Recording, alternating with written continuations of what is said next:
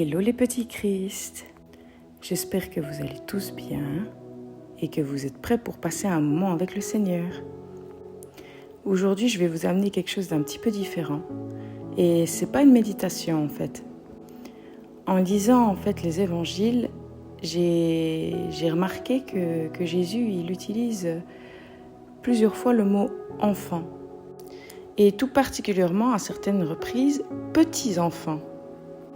Dans le reste de la Bible, ce mot « enfant » apparaît aussi à plusieurs reprises, notamment dans l'Ancien Testament. Et j'ai pas pu m'empêcher de me demander, mais y a-t-il une différence entre les mots « enfant » ?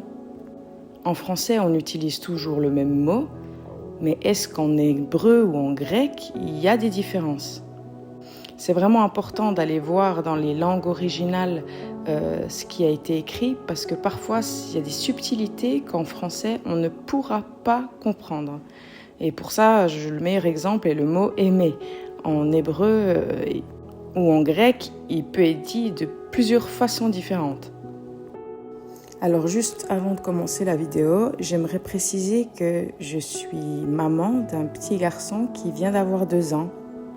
Il s'appelle Sohan, qui veut dire « grâce de Dieu » en hébreu. C'est vraiment un petit miracle dans nos vies, car il n'était pas censé être là, mais Dieu est bon. Il fait des miracles encore aujourd'hui et il est le plus beau cadeau qu'il a pu me faire. Mais avoir un enfant, c'est des défis à relever et c'est aussi parfois se poser des questions sur la manière de les éduquer.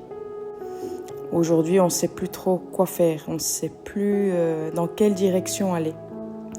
Entre les gens qui sont pour l'éducation ultra positive, qui en font des enfants rois, et bien sûr ce n'est pas bon. Ou alors les personnes totalement ancienne école qui auront plutôt aussi dans l'idée de donner des châtiments physiques ou des punitions à tort et à travers, et ce depuis le plus petit âge. Et où trouver la meilleure réponse à toutes ces questions ? Vous me direz, bien sûr, c'est dans la Bible. Qui d'autre que le Seigneur lui-même peut nous apprendre à éduquer nos enfants ? Et pour ça, j'ai voulu juste un peu analyser la différence du mot « enfant » qui apparaît à plusieurs reprises dans la Bible.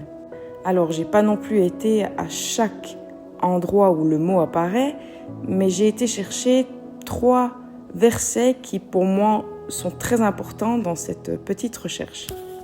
Alors je vous invite à prendre votre Bible et de directement aller dans le Nouveau Testament, dans le livre de Matthieu, au chapitre 19, au verset 14. Jésus dit : « Laissez les petits enfants, ne les empêchez pas de venir à moi, car le royaume des cieux est pour ceux qui leur ressemblent. » Et c'est ce verset qui m'a vraiment interpellée. Pourquoi, dans ce cas-là, Jésus précise « petits enfants » ? Car à mes yeux, pour moi, un enfant, ça sera forcément dans la catégorie « petit ». Sinon, je vais dire adolescent ou... Enfin voilà. Mais là, il utilise particulièrement le terme « petits enfants ». Et pourquoi ? Tout simplement parce qu'il fallait que ça corresponde avec le grec. Et en grec, ici, on utilise le mot « paidion », qui désigne un enfant en bas âge, voire un nourrisson. Et Jésus veut nous démontrer l'innocence et la vulnérabilité des tout-petits. Et c'est aussi pour démontrer la pureté et la simplicité de la foi que nous devrions avoir, comme ces petits-enfants. Ils sont un modèle de foi que nous devons adopter. Allons maintenant dans le livre des Proverbes, au chapitre 22, verset 6. Éduque l'enfant d'après la voie qu'il doit suivre, et même quand il sera vieux, il ne s'en écartera pas. Waouh, ça c'est aussi un verset, je trouve, qui est hyper puissant. Il faut vraiment avoir confiance dans tout ce qu'on met à l'intérieur de nos enfants. Chaque petite prière, chaque petit exemple qu'on leur donne, ça portera tôt ou tard ses fruits. Voilà ce que ça veut dire ce verset. Et dans ce verset, on parle aussi des enfants. Mais cette fois, alors déjà, c'est en hébreu, et le mot utilisé est « yeled ». Et ça désigne un enfant en termes généraux, sans âge spécifique. Donc ça englobe vraiment le tout, les tout petits comme les jeunes adultes. Et ça démontre vraiment que l'éducation commence au plus jeune âge et qu'il doit se poursuivre jusqu'à l'âge adulte.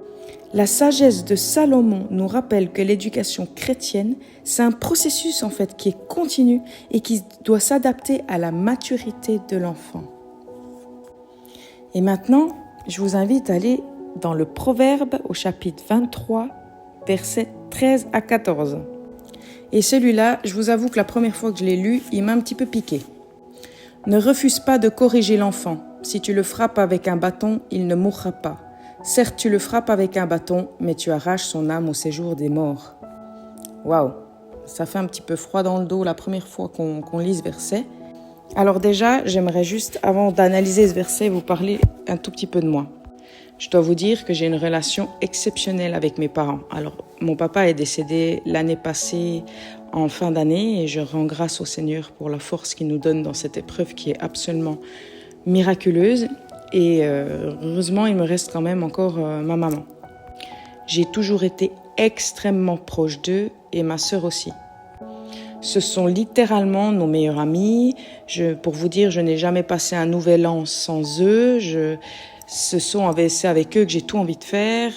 Ce sont mes modèles, mes meilleurs amis. Enfin, mon papa était mon modèle, mon meilleur ami et ma maman l'est toujours aujourd'hui. Et pourtant, j'ai grandi avec une éducation stricte, mais positive. J'ai grandi avec un entourage, mais rempli d'amour. Je pense que je ne pouvais pas recevoir plus d'amour. Et pourtant, lorsque les limites ont été dépassées, j'ai pu aussi recevoir une fessée de temps en temps. Je précise que je pense que je peux les compter sur les doigts de la main. Mais dans mon cœur, ça a apporté une crainte aussi sainte de mes parents, que j'ai ressenti, ça m'a jamais traumatisée et au contraire, je pense que ça m'a fait plus de bien qu'autre chose.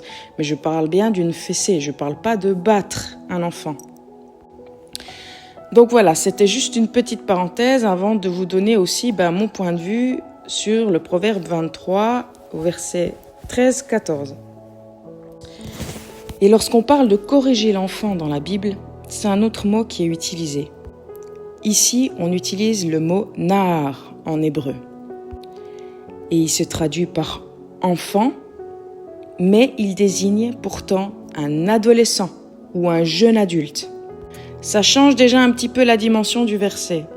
Et ça évoque en fait une phase de développement où l'enfant est plus apte à comprendre les leçons de vie et à recevoir une éducation plus structurée. Et ce verset veut vraiment nous faire comprendre qu'on a meilleur temps de peut-être une fois dans notre vie donner une claque à notre ado qui a dépassé toutes les limites, plutôt que de rien faire et que lui dépasse toutes les limites et qu'on prenne le risque que son âme aille dans le séjour des morts et qu'il s'écarte de Dieu.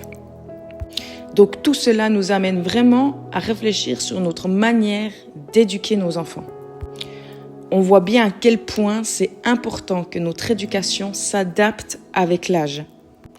Les plus jeunes, comme les petits-enfants, païdion, ils ont besoin en fait d'une approche basée sur l'amour, la sécurité et la bénédiction. Et pour les plus âgés, c'est aussi essentiel d'introduire des éléments de correction et d'enseignement profond, en tenant compte bien sûr de leurs propres capacités. Donc pour résumer, la manière dont nous corrigeons nos enfants, au final, ça doit vraiment refléter l'amour de Dieu.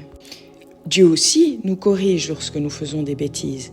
Mais lorsque nous commençons notre chemin vers lui et qu'on est au petit lait, comme on dit, c'est pas là qu'on aura les corrections. Là, au contraire, on va avoir l'impression que tout est exaucé, que tout est facile et que tout est... c'est avec le temps, c'est en grandissant et en connaissant de plus en plus la parole que là, le Seigneur va aussi, lui, permettre que des choses arrivent et aller forger notre caractère, forger notre foi, aller un petit peu gratter à l'intérieur tout ça pour nous faire grandir spirituellement. Le Seigneur lui-même utilise ces techniques. Donc, nous devons vraiment adapter notre approche éducative à l'âge et au développement de l'enfant, tout en restant, bien entendu, ancré dans des valeurs chrétiennes. L'éducation spirituelle est un réel voyage et il est d'une importance capitale dans la vie de nos enfants. nous ne devons pas oublier que nous formons la future armée de Dieu et nous sommes appelés à être des guides attentifs et aimants tout au long de leur développement. Et maintenant, pour ceux qui veulent, j'aimerais bien finir ce petit instant par une prière. Oh Seigneur, je viens aujourd'hui devant toi avec un cœur humble, en reconnaissant l'importance des enfants dans ton royaume. Aide-moi à comprendre comment les élever selon ta voie, selon ta volonté, avec sagesse et amour. Donne-moi s'il te plaît la force et la patience nécessaires pour les guider et fais grandir en moi la confiance et la foi simple d'un petit enfant. Que je puisse être un exemple pour eux afin qu'ils puissent toujours se tourner vers toi. Dans le nom de Jésus, je t'ai prié. Amen. En tout cas, je vous remercie d'avoir passé ce moment avec moi et le Seigneur et j'espère que ça a pu peut-être aider certaines jeunes mamans ou certains jeunes papas d'entre vous. N'hésitez pas si vous avez des questions et j'espère vous revoir bientôt pour une prochaine méditation, pour une prochaine petite étude biblique. Alors, soyez tous bénis et bye bye!